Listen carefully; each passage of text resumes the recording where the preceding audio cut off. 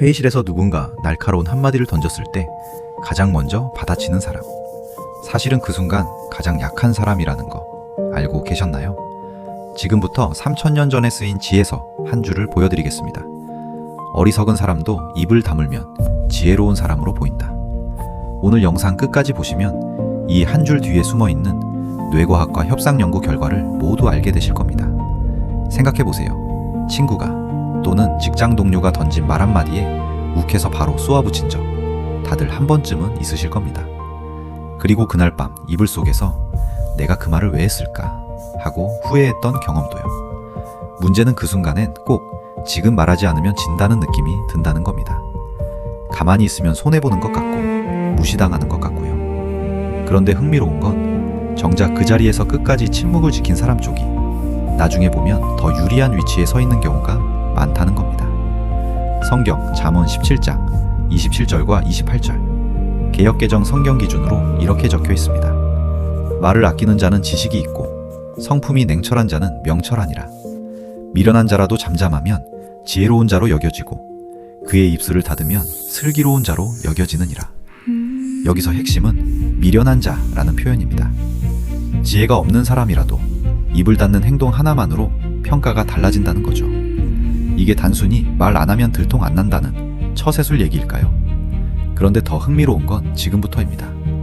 최근 행동과학 연구들을 보면 이 잠깐의 멈춤이 실제로 우리 뇌와 대화의 흐름을 물리적으로 바꿔놓는다는 게 확인됐습니다.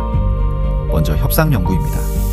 MIT 슬론 경영대학원의 제러드 커한 교수 연구팀은 실제 협상 장면을 녹음해서 3초 이상 이어지는 자연스러운 침묵 구간이 언제 나오는지를 분석했습니다. 결과는 놀라웠습니다. 협상에서 돌파구, 즉 양쪽이 합의에 가까워지는 전환점은 다른 어떤 순간보다도 이 침묵 구간 직후에 가장 많이 나타났습니다.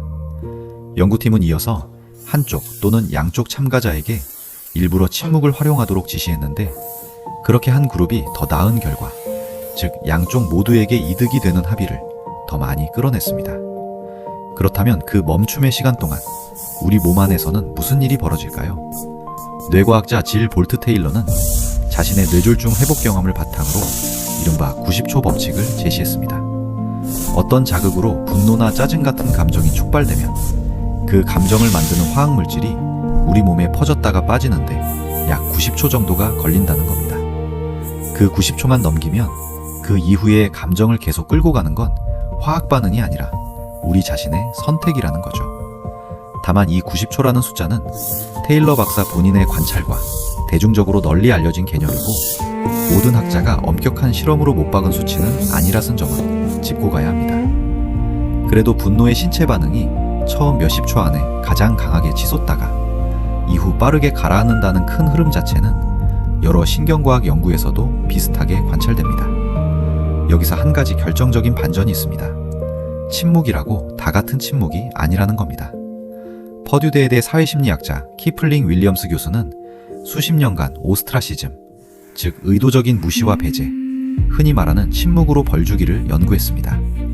그리고 2003년 윌리엄스 교수와 동료들이 학술지 사이언스에 발표한 fMRI 연구에서는 누군가에게 의도적으로 무시당하고 배제당할 때 우리 뇌에서 신체적 고통을 느낄 때와 같은 영역이 활성화된다는 게 확인됐습니다. 즉 침묵으로 상대를 벌주는 행동은 상대에게 실제 통증과 비슷한 고통을 줄 수 있다는 거죠. 그러니까 잠언 17장이 말하는 침묵과 흔히 말하는 냉전이나 침묵 처벌은 전혀 다른 겁니다. 잠언의 침묵은 잠깐 멈추고 다시 돌아오는 것이고 침묵 처벌은 관계 자체를 끊어버리는 것입니다. 하나는 갈등을 가라앉히고 다른 하나는 새로운 갈등을 만듭니다. 세 가지로 정리해 보겠습니다. 첫째, 3초 규칙입니다. 감정이 확 올라오는 그 순간 속으로 천천히 셋을 세고 대답하세요. 앞서 본 협상 연구에서 돌파구 직전에 관찰됐다던 그 3초를 우리 일상에서 의도적으로 만들어 보는 겁니다. 둘째, 침묵을 정보 수집의 도구로 쓰세요. 우리는 보통 어색한 침묵을 못 견디고 먼저 입을 엽니다. 그런데 그 침묵을 버텨내면 오히려 상대방이 그 공백을 채우려고 더 많은 말, 더 많은 정보를 꺼내놓는 경우가 많습니다. 셋째, 멈춤과 단절을 구분하세요. 잠깐 말을 멈출 때도 눈빛이나 고개를 끄덕이는 작은 동작으로 나는 지금 듣고 있다.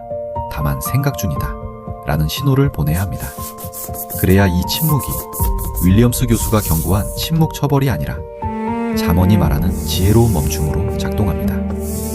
결국 잠언 17장이 3000년 전부터 하던 얘기는 이겁니다. 가장 강한 반응은 가장 빠른 반응이 아니라 가장 늦춰진 반응이라는 것. 말을 참는 그 몇 초가 관계를 지키기도 하고 무너뜨리기도 합니다. 여러분은 어떠셨나요? 말을 참았다가 오히려 더 좋은 결과를 얻었던 경험 댓글로 한번 들려주세요.